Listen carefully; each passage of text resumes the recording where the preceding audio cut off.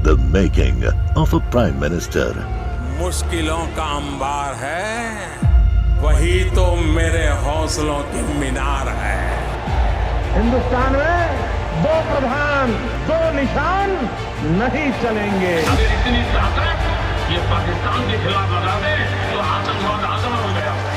हम चुनौतियों से टकरा रहे हैं। सर्जिकल स्ट्राइक और एयर स्ट्राइक करके नए भारत के सामर्थ्य का संदेश भी दे दिया है।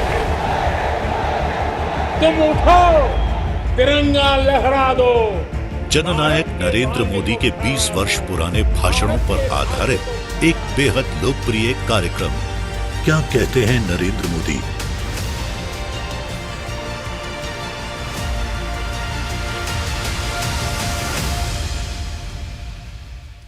नमस्कार, मैं हूं आपके साथ सचिन दुबे। हमारे खास प्रोग्राम क्या कहते हैं नरेंद्र मोदी में आज आपको सुनवाएंगे पीएम मोदी का वो ऐतिहासिक भाषण जो उन्होंने 3 मार्च 2013 को दिल्ली के ताल कटोरा स्टेडियम में दिया था। मोदी जी ने अपने भाषण में विपक्ष पर जमकर हमला बोला और कहा परिवारवाद ने देश और योग्य नेतृत्व को कभी आगे बढ़ने नहीं दिया। भाइयों बहनों,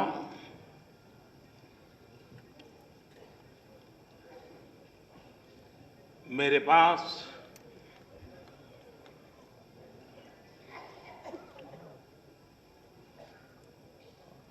शब्द नहीं है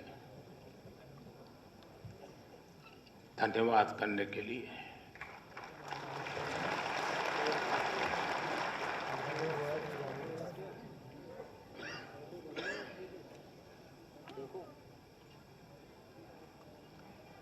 मित्रों, गुजरात का विजय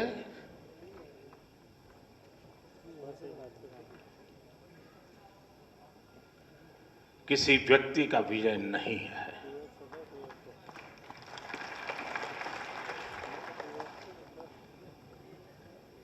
ये विजय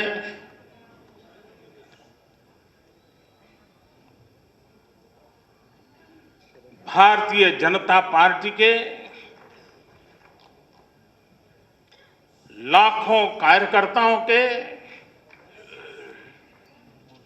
अहर्निश एकनिष्ठ पुरुषार्थ का परिणाम है।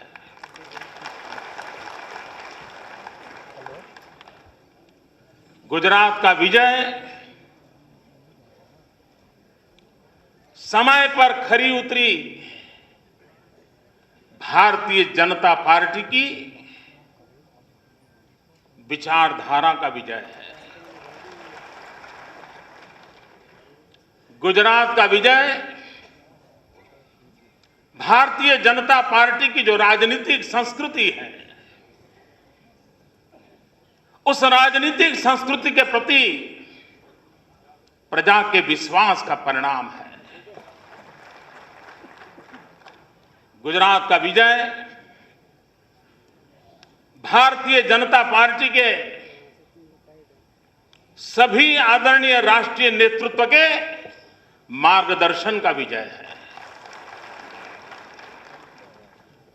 भारतीय जनता पार्टी के गुजरात का विजय गुजरात की जनता का विजय है। और इसलिए निमित्त रूप कल जो मेरा सम्मान हुआ, स्वागत हुआ, आप लोगों ने भी जिस प्रकार से मुझे प्यार दिया, इस सब के अधिकारी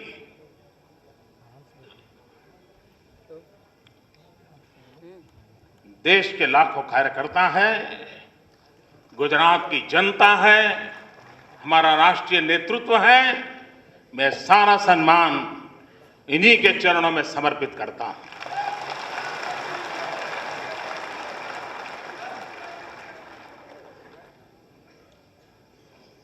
भारतीय जनता पार्टी के सभी देश के कार्यकर्ता इस अधिवेशन की तरफ बहुत बारीक नजर से देख रहे हैं और शायद कई वर्षों के बाद भारतीय जनता पार्टी की राष्ट्रीय परिषद ऐसी है जिस पर न सिर्फ हिंदुस्तान का पूरे विश्व का ध्यान है। क्रिकेट की कमेंट्री की तरह हर पल यहां की खबरें दुनिया में पहुंचाई जा रही है। इसका मतलब यह हुआ कि इसका कितना बड़ा महत्व है। भाइयों बहनों, दिल्ली में जो सरकार बैठी है,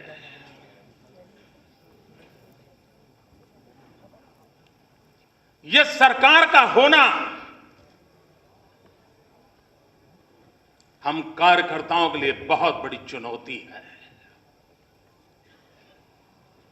हमारे रहते हुए हिंदुस्तान के तख्त पर ऐसी सरकार हो, यह हमें कभी मंजूर नहीं है।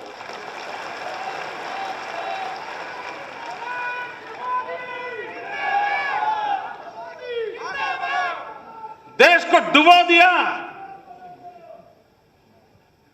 गरीब के घर में चूल्हा नहीं जल रहा है, महंगाई गरीब को मार रही है, और दिल्ली में बैठी हुई सरकार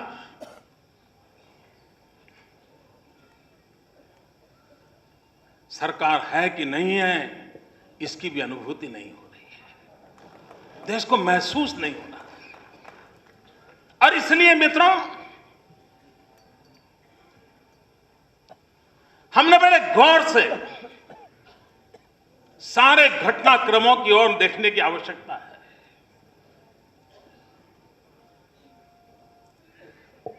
कांग्रेस पार्टी में देश के लिए कुछ करना, देश को कहीं जाकर के ले जाना, ये जज्बा ही नहीं है मित्रों, उसके चरित्र में नहीं है, उसके ब्लड में नहीं है। और मैं ये इस बात को सिद्ध कर सकता हूं, आजादी के बाद के पहले 3 दशक कांग्रेस पंचायत से पार्लियामेंट तक सिर्फ कांग्रेस का ही झंडा फहरता था, विपक्ष का नामो निशान नहीं था, मीडिया की इतनी घेराबंदी नहीं थी, जुडिशियल एक्टिविज्म नहीं था, एनजीओ की भरमार नहीं थी, पीआईएल जैसी कोई शब्द सुना नहीं था। हर प्रकार की सुविधाएं 3 दशक तक उनके पास थी। और वो कालखंड था जब कोरिया भी अपने आप को उभारने की कोशिश कर रहा था, इजराइल अपने आप को उभारने की कोशिश कर रहा था, चाइना अपने आप को उभारने की कोशिश कर रहा था। हिंदुस्तान के पास सारी संभावनाएं पड़ी थी, दुनिया के कई देश हमसे आगे निकल चुके, हिंदुस्तान गिरता चला गया। तब तो राजनीति में हम लोग कहीं नहीं थे। क्या कारण था कि आप कर नहीं पाए? किसने रोका था? कारण यह था कि आपके इरादे ही नहीं रहे, पहले से नहीं रहे। देश के हितों को एक परिवार के हित के लिए बलि चढ़ाना, यह कांग्रेस की परंपरा रही है।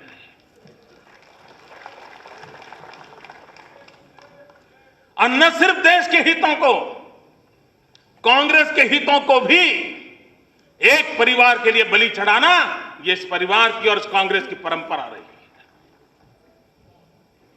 अब देखिए, कांग्रेस पार्टी के अध्यक्ष की पसंदगी की ओर देखिए। बीच का एक कालखंड आया था जब कांग्रेस पार्टी के अध्यक्ष के नाते सीताराम केसरी को पसंद किया गया था। किसी को फील हो रहा था कि कांग्रेस पार्टी में कोई अध्यक्ष है, अनुभूति होती थी। ऐसा लगता था जैसे किसी नाइट वॉचमैन को बिठा दिया है और मौके की तलाश में थे।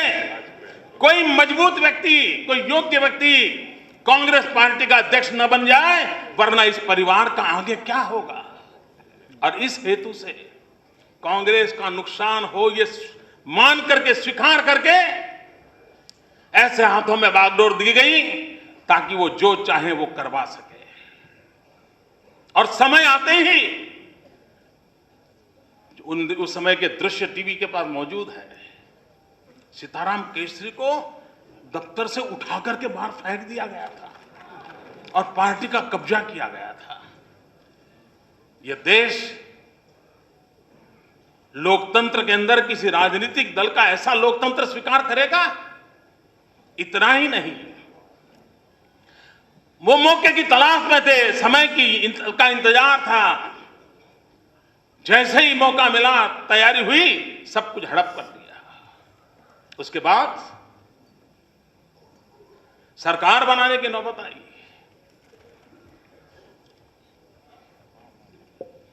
फिर ऐसा प्रधानमंत्री चुनो ताकि उस परिवार जो चाहे वो करवा सके। और इसलिए और एक नाइट वॉचमैन,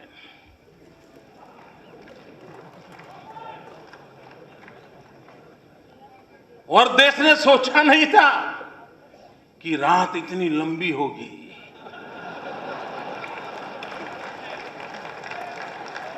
अंधेरा इतना घना होगा। और जब उन्होंने देखा कि प्रधानमंत्री का खुद का एक विश्व में स्थान है, तो उनको रोकने के लिए कांग्रेस के पुराने तरकीबें काम नहीं आएगी। दुनिया समझे ऐसी कोई बहुत बढ़िया इकोनॉमिक्स की भाषा बोल पाए, ऐसा एक बफर सिस्टम कायम करना पड़ेगा।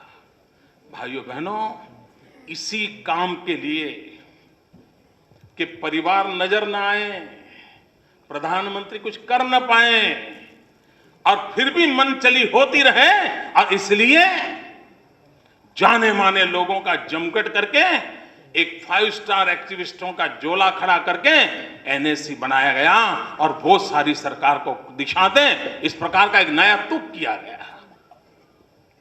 जिनको धरती से कोई लेना देना नहीं, जिनको धरती से कोई रसकस मिल नहीं रहे, जो 5 स्टार एक्टिविस्ट हैं, वो उन निर्णयों को कर रहे हैं जिसको जनता के साथ कोई संबंध नहीं है, टोटली डिस्कनेक्ट है। कांग्रेस पार्टी की दूसरी विशेषता देखिए, इस परिवार को जिन से खतरा होता है, उनका राजनीतिक भविष्य खत्म कर दिया जाता है। क्या कांग्रेस पार्टी को भूतकाल में देश को योग्य प्रधानमंत्री देने का सामर्थ्य नहीं था? लेकिन वो देना चाहते नहीं थे। आज भी मुझे लगता है मित्रों, मैं नहीं जानता हूं मेरी पार्टी के सबके विचार क्या है, लेकिन मुझे लगता है काश मनमोहन सिंह जी की जगह पर अगर प्रणब मुखर्जी को प्रधानमंत्री शायद बनाए होते तो शायद इतनी बर्बादी नहीं हुई होती, क्योंकि वो जमीन से जुड़े इंसान थे, वो समस्याओं को जानते थे, समस्याओं के समाधान के लिए रास्ते खोज सकते थे। लेकिन अगर प्रणब दा सफल हो जाए तो परिवार का क्या हो, इस चिंता में देश को किसी के भी हाथों में डाल देना और नाइट वॉचमैन की परंपरा चलाना, यह उन्होंने चालू किया। The making of a prime minister. मुश्किलों का अंबार है, वही तो मेरे हौसलों की मीनार है। हिंदुस्तान में 2 प्रधान 2 निशान नहीं चलेंगे। अगर इतनी ताकत ये पाकिस्तान के खिलाफ लगा दे तो आतंकवाद आसमान हो गया। हम चुनौतियों से टकरा रहे हैं। सर्जिकल स्ट्राइक और एयर स्ट्राइक करके नए भारत के सामर्थ्य का संदेश भी दे दिया है। तुम उठो, तिरंगा लहरा दो। जननायक नरेंद्र मोदी के 20 वर्ष पुराने भाषणों पर आधारित एक बेहद लोकप्रिय कार्यक्रम क्या कहते हैं नरेंद्र मोदी।